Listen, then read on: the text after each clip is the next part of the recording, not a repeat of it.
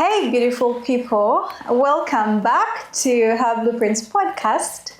So excited that you keep coming back and keep watching. And I've got another guest today. And I like to let them introduce themselves. I've got Lana, and I will let her tell you a bit about herself. Yeah, so I'm Lana. I'm studying a civil engineering and environmental science at Griffith. I'm the president of Women Engineering for the coming year, which is very exciting. And then I've also gotten in contact with the Australasian Institute of Mining and Metallurgy. So I'm the Griffith rep for that next year too. So that's pretty exciting. Yeah. I met Lana, I think it was a networking thingy. Yes. And so I was like, I host a podcast and let me know if you want to come on. And she came and said, I want to come on the podcast.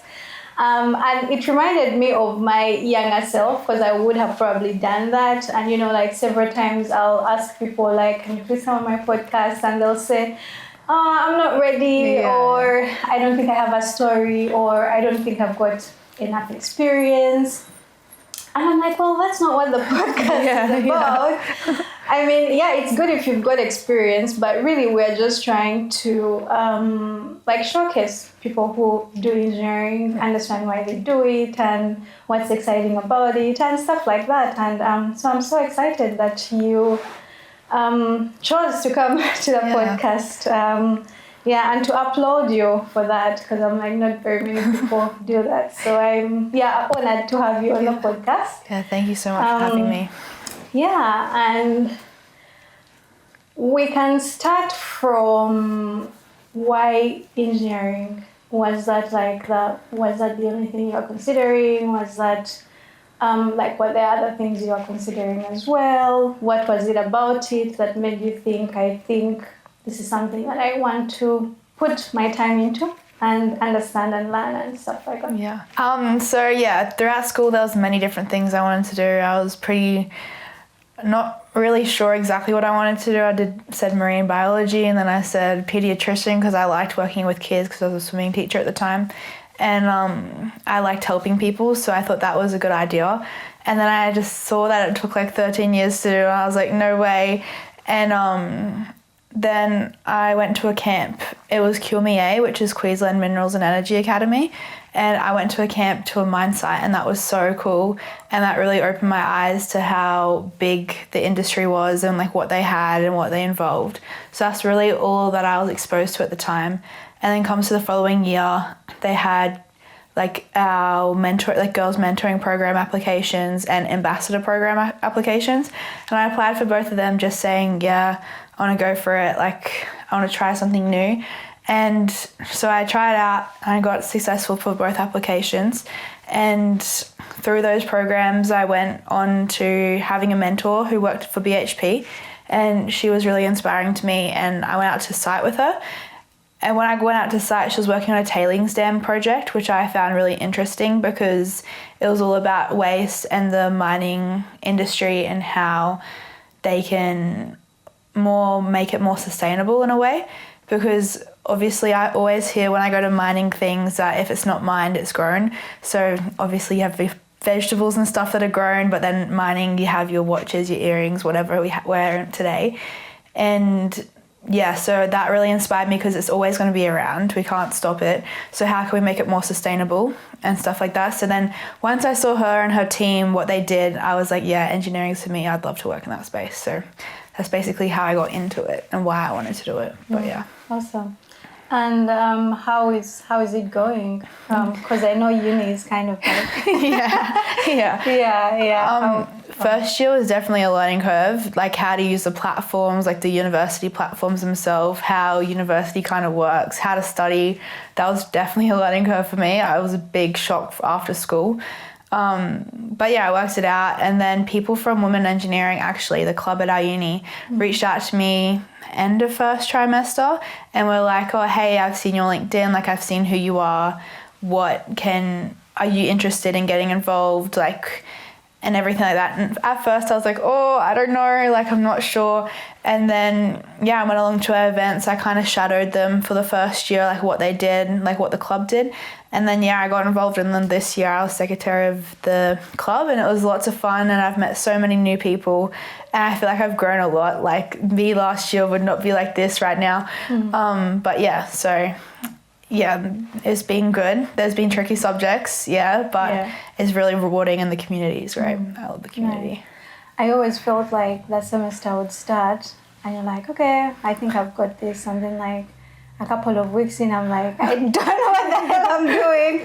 And then from then on, you're sort of just trying to like, can I do this? Of trying to catch up and stuff like that. I was part of the Women in Engineering club as well, and I think I share a similar experience in terms of, meeting people who are passionate about the things that you're passionate about, and doing some like STEM camps and like reaching out to girls in like high school and trying to get them interested, doing experiments and stuff. So that was really fun. I'm sure there's a time when you felt like, I think I'm an engineer. Definitely. Do you have like one of those moments where you felt like, I think I am cut out for this? So when I've been on those experiences and been on those like work experiences and stuff like that, I think, I don't know as much as these senior engineers know, like, and you kind of put that pressure on yourself, but you don't actually need to know yet because you're not working in the industry or whatever. But there's just problems that you solve when you think out of the box. Especially for my job, we go out to like schools and we encourage tertiary education, like for Griffith. It's like an outreach program, and whenever they put up like what kind of thinking styles they are they an analyzer or like more of a carer kind of thinking style or personality, I always put my hand up for engineering. Like, I'm definitely like in that like headspace, and I definitely think like that. Like I always want to problem solve and help like do something good, so that's what I think has really stood out to me. Cool. Is there a subject that made you feel like, I don't know if I can do this? 100%. Last trimester we did calculus, and I love math and like understanding how the problems work and each function works and stuff like that. But this was like pure math. It wasn't like, because I like mechanics, like engineering mechanics, because there's like solving and problems and equations, but calculus 2 was just pure math, and I was like, I don't know if I can get through this. Like it's really hard. Like I'm not enjoying it, but I got through it, so that's okay, that's good. But I understand that engineering is not going to be pure math all the time. It's more of problem solving and then using a function, basically, not just math. So, How did you get through it? And I'm asking because I struggled with a lot of things, basically things that move, water, hydraulics. Which is funny because that's a lot of what I do at work, mostly. But I found that that the discussions and having friends that you can always go to ask, or like, because there's always that one person who, like, there's always someone who's like really, really good at something. So tell me about how you kind of, this is hard, but like kind of stuff that you did to kind of get through to the other side. As I said like earlier on in uni, it was definitely a learning curve on learning how to study, or like how you yourself study the best. So I really like went back on those skills and how can I get through this even though I'm not enjoying it. But when you like trick your brain to say, let me like try to enjoy the subject a little bit more, then you just do. So that's what I did, like especially for coding as well. That was another thing. I was like, no, I don't want to do coding, like no way. But then that was like my best subject because I really like put in hard work, and I was like, I can get through this. Like I need to get through this to where I want to be. Like at the end of the day, I'm going to have to get through this course, like this subject, to get to the end point. So I just pushed through and studied, and it can be quite a lot. And sometimes you start asking yourself, do I need all this? And the truth is that you don't, but, studying it kind of makes you learn how to learn. And that's an important part of where you end up. Is there like something, like a project that you've done or that you've worked on, or something that you've done and you're like, God, I'm really proud of that. I did that really well. Yeah, there's a few, and there's obviously debates about group projects and stuff and how if people like them or not. I'm sometimes a fan, sometimes not, but we did a group project recently and it was quite a hefty one, and I really liked the space gas. If you've heard of, like, people have used that program, haven't? But yeah, I really enjoyed structural analysis. Yeah, structural analysis. Yeah, that was the course, structural design or something. And I really enjoyed using that program and like experimenting around with it. It was tricky at the start, but then I got used to it and I was like, wow, like this is so much fun. And yeah, there's projects like that which are really cool, and that I'm proud that our group got it done, even though it was pretty hefty and pretty big. But then there's other projects where you're just doing like thinking things and how you could think out the box. Like in our first year, we did like a design project and how you can think out of the box, use like biomimicry, like stuff from the like natural nature. And yeah, that was fun as well. And I was proud that we thought out of the box and we could problem solve like on a larger scale, not just like little scales. But yeah, it's really cool. Awesome. Was it like designing something or like an entire building or something? Yeah, it was like designing a structure or something that can help the disaster resilience in Tonga. So that cool. Yeah, it was so cool. So we had like the location, and basically what had happened was all the like infrastructure had fallen down, and basically what's a way you could limit the infrastructure falling down, like make disaster resilient buildings, or some people did like this crop shelter so all their crops can stay up and more protected within disaster. But yeah, it was really interesting and lots of fun. Cool. What's something or like a piece of advice that you wish someone had told you in your first year?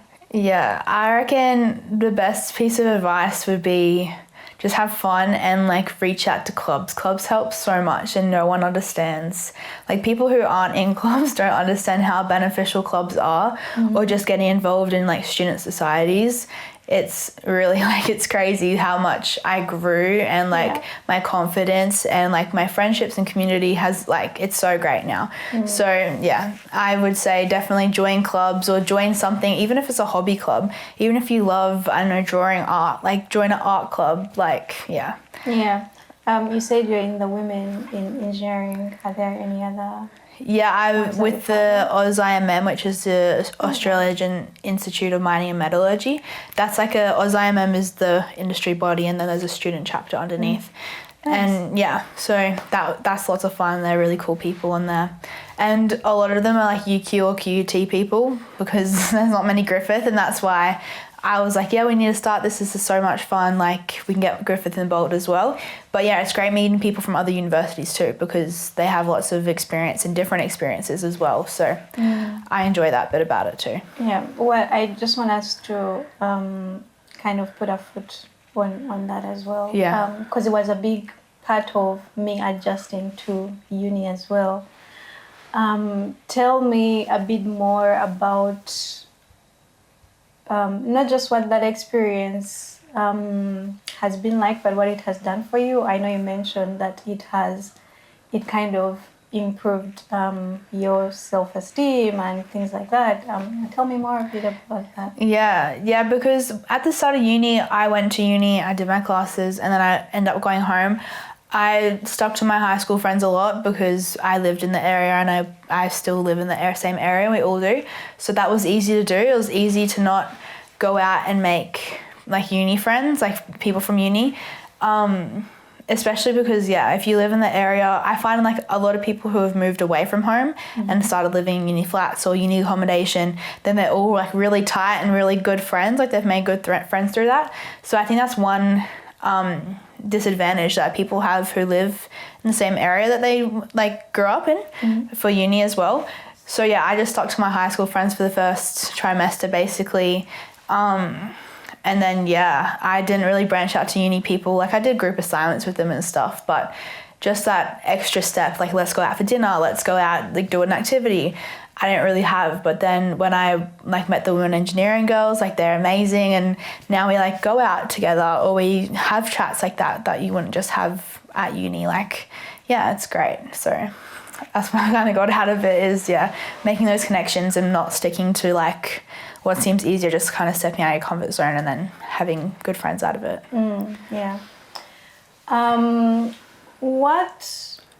What was it that was making you feel like I'm on the self-esteem thing again, right? Because a lot of women in engineering, like even in the workplace and stuff, there's a bit of imposter syndrome, a bit of I don't know if I can do this, or stuff like that. And I want to understand what that kind of looked like for you. Yeah. And some of the things that kind of made you go, look, we are all just trying to be better people. And I don't know everything, but I'm still going to try. Yeah.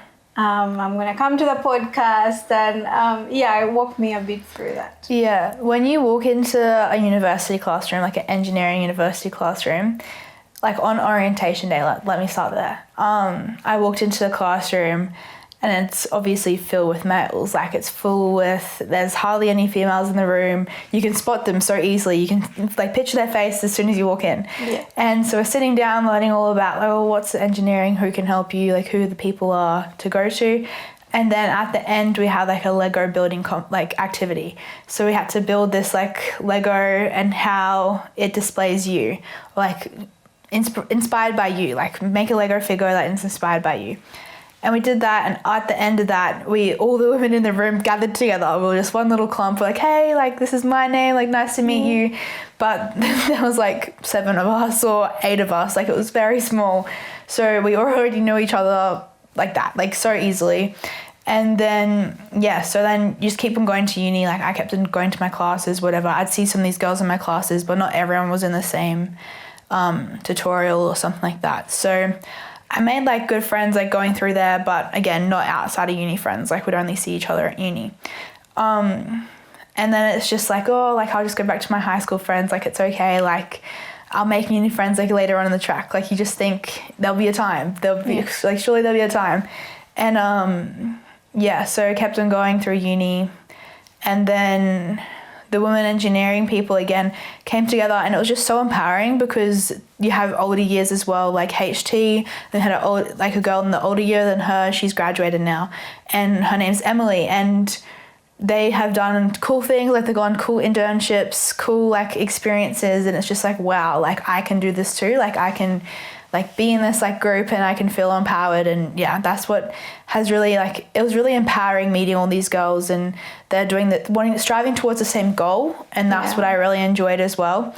But and then some of them had experiences that they could share down, and that was really special as well, I think. Yeah, awesome. Yeah, always good when you can hear from kind of people that have walked the path that you want to walk. Yeah.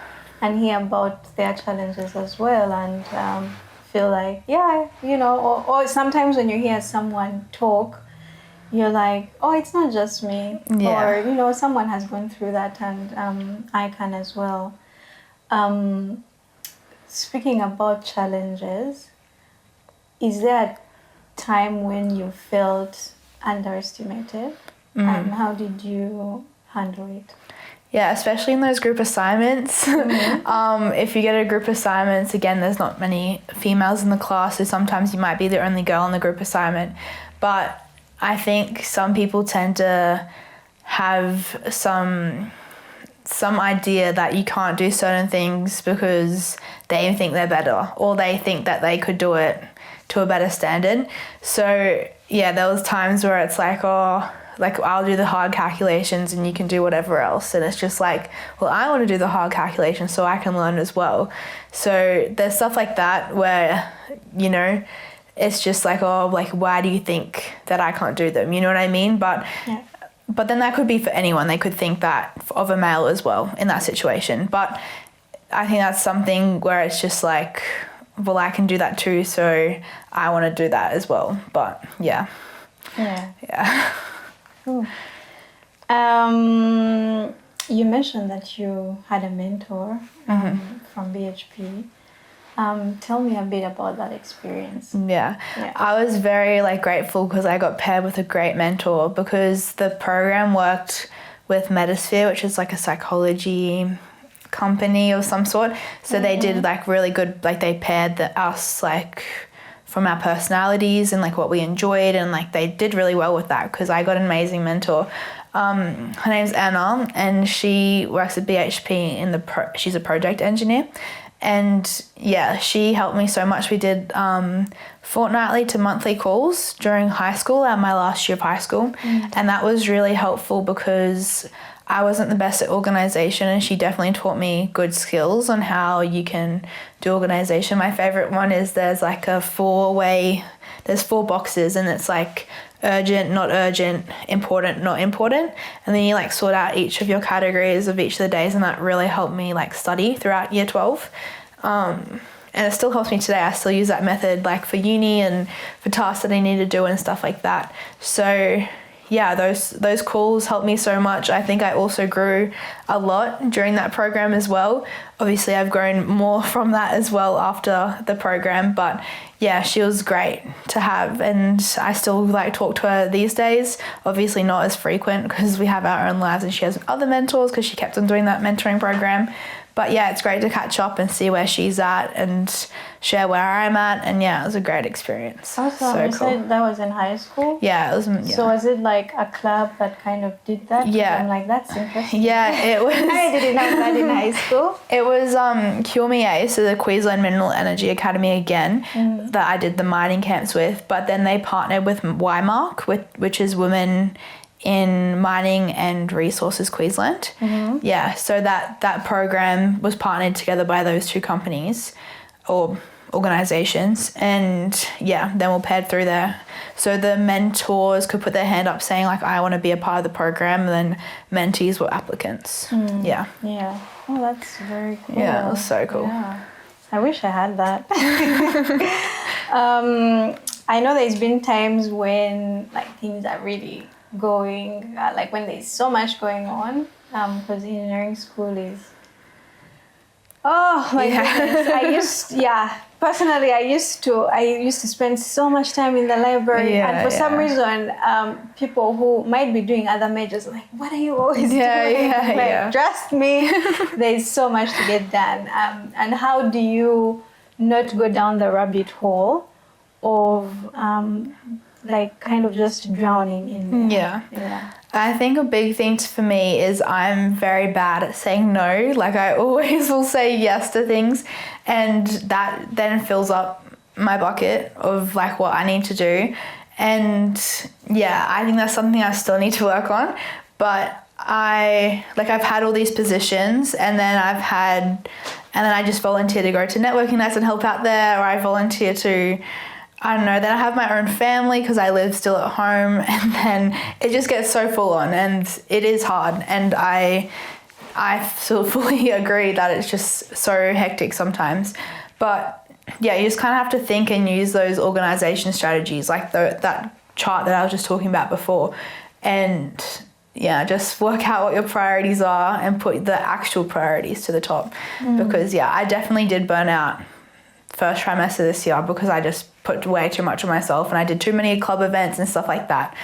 And yeah, but I think you just need to step back and go, whoa, you're doing too much, and just really acknowledge that. And then still something I'm working on, but yeah. Yeah, that makes sense. I think some of the ones for me, it's I want to make time to do my little self-care things, or go get my hair done, or go get my nails done. And if I find that I'm canceling those things because I'm that's my indicator, it's not that serious. You need to live a little and enjoy things out there as well. Is there a particular woman in engineering or in STEM that you look up to and you're oh my God, I think this person has done some awesome stuff? Big one for me would be my mentor again, Anna. She's done some amazing things, and she's also an overachiever, so she does lots of stuff all the time, which is crazy that she does so much, and it's really inspiring. And then one of her colleagues, Ashara, she's gone off and won all these awards, and won awards with YMARC, which is like the Women in Resources Queensland, and like Engineers Australia awards, and she's really inspiring and really cool. And I would love to like follow their footsteps and, I don't know, go off in the same route that they have, because everything they've done along the way just seems awesome. And yeah. Nice. You're going to put me in touch with them. Tell them about the podcast.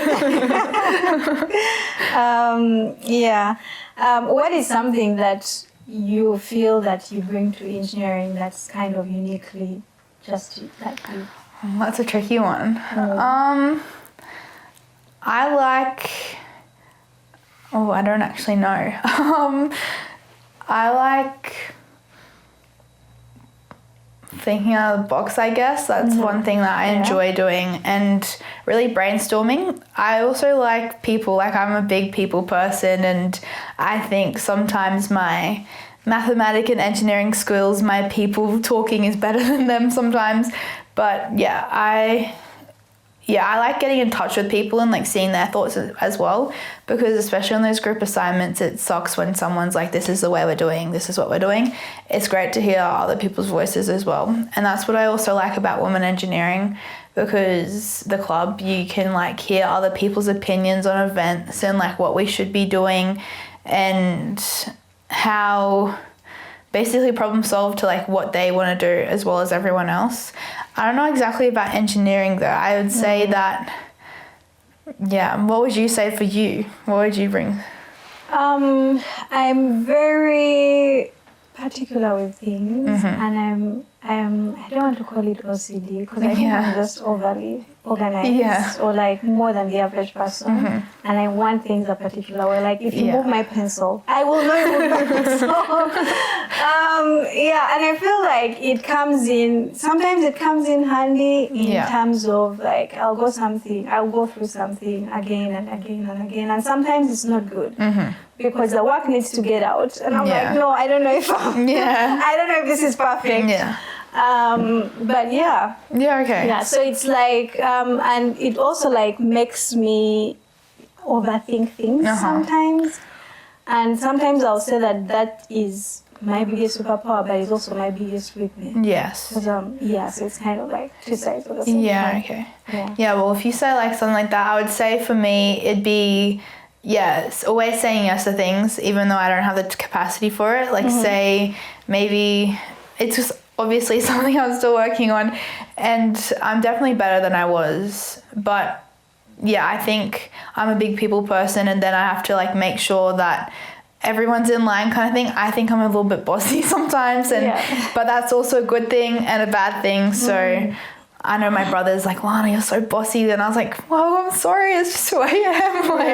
I think I'm just I like not moving people, but just making sure people are okay, and like moving them around so they can like helping them along the way. Like I think I put sometimes others first more than myself, and that's again good and bad. So I do think that the fact that like you can talk to people, or that you're like really keen on like going out there, is a good thing, and it's a big part of the engineering business as well. So that's a good skill. That's a really good skill to have.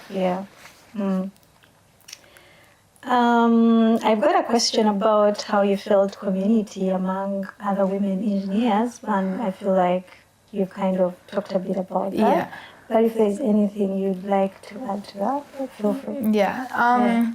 I would say the Women Engineering Club, those girls I've already talked about. But even like external places, like I've been to an event which is the Women in Sustainable Energy and Renewables. And it was one of the events that I got invited to by one of my friends from UQ. And so we got invited, like a group of us, and we went to one of their events, and it was really cool. They had like sustainable fashion. So they had as a kind of like an op shop, and they had all these like fashion designer brands, but like for really like cheap like price, and it was just more like recycling fashion and making it accessible to everyone. And I thought that was really empowering and amazing. And that was like from another totally different group of people that I had never met before.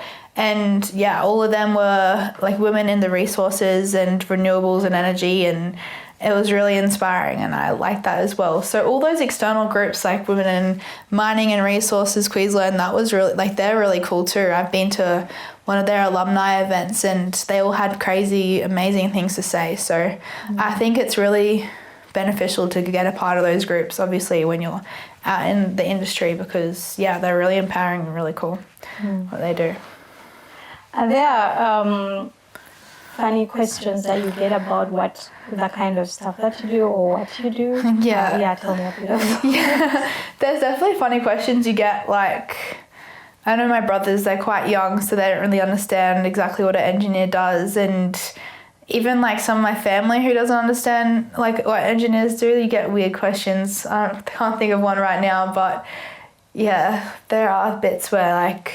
How do you usually explain what you do? Yeah, well, my brothers are like, one of my brothers really interested in what I'm studying or like what I'm doing at the moment. Like, he'll walk past my computer, oh, what's that? Like, and then I just basically, like, mechanics was one of them, and I was like, oh, it's just like about how bits of the bridge or something moves, or how there's different points and like different stabilities, and how each like what am I calling, support is like serves a different purpose. And yeah, that was, I just kind of explained it to him, like the story bridge, or like how you see the bendy bits, or how you see like the more bolted bits, and how like all those little bits are actually so important because it like holds the overall structure, like stuff like that. Yeah. But yeah, just break it down into little steps. But I don't know what, funny question. I'd love to think of, remember one, but yeah, I don't know right now. That's okay.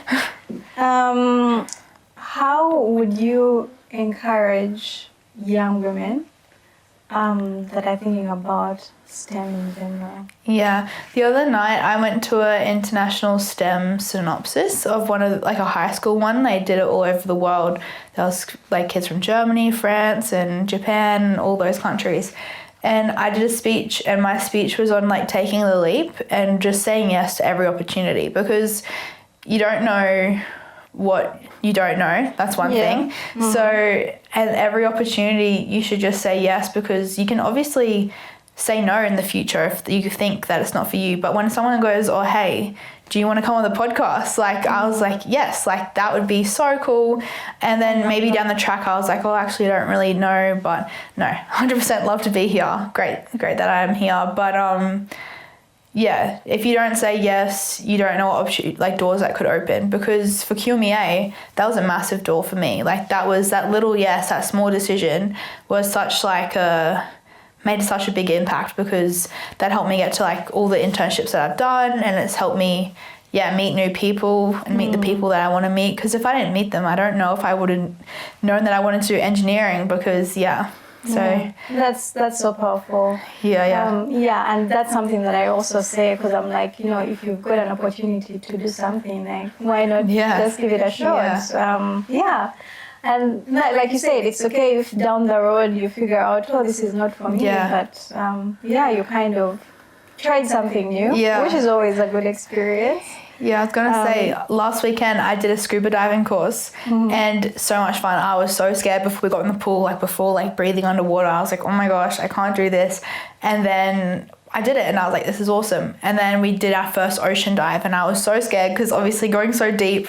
And then I did it, and I was like, this is awesome, like so cool. But one of the girls, she was scared of putting her head underwater, and I was like, wow, like you're doing something massive here. But she tried it, like what she wanted to do, and then she decided, oh, I don't want to do it anymore. But she still said yes to the opportunity, so now she knows that it's not for her. You know what I mean? That's what I think is really important, to try it, and then if you know it's not for you, it's not for you. But at least you know that. Yeah, that's true. Yeah. What's the stereotype about engineers that you want to debunk? I'd like to debunk that engineers are really quiet and like nerdy in a way. Like people go, oh, engineers, like they keep to themselves. Like, no, I don't think so. I've met some pretty out there engineers. But I think you have those people, like, it's just all about personality. Not everyone has the same personality, and there's many people who are actually really out there and really fun and nice, like they're not to themselves and nerdy. Because I know, like, my high school friends, they came to one of our engineering galas and they're like, oh, it's gonna be full of like nerds, and they talk about engineering, like they're not gonna talk about like real things. I'm like, they went, they had the best time. They had the best time. Yeah. And yeah, that was so much fun. But yeah, that's definitely something to debunk, that engineers are quiet and keep to themselves, which they don't. Well, there's obviously people who do, but yeah. I mean, the Bill Cup principle, right? You've got like lots of options. When you've got when you've got a deadline, what's your go-to, like, drink or drink? Whatever. Okay.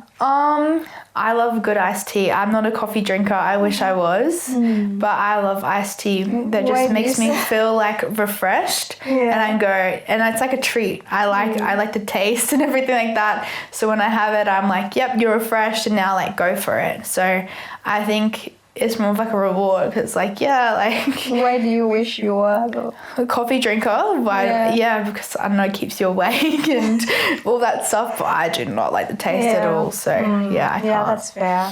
I think people like the heat that it gives kind of I also love a good juice, like a good pineapple juice. Makes me also, I like feeling like refreshed and then just going for it. I love pineapple onions. So good. What's a software tool that you can't live without?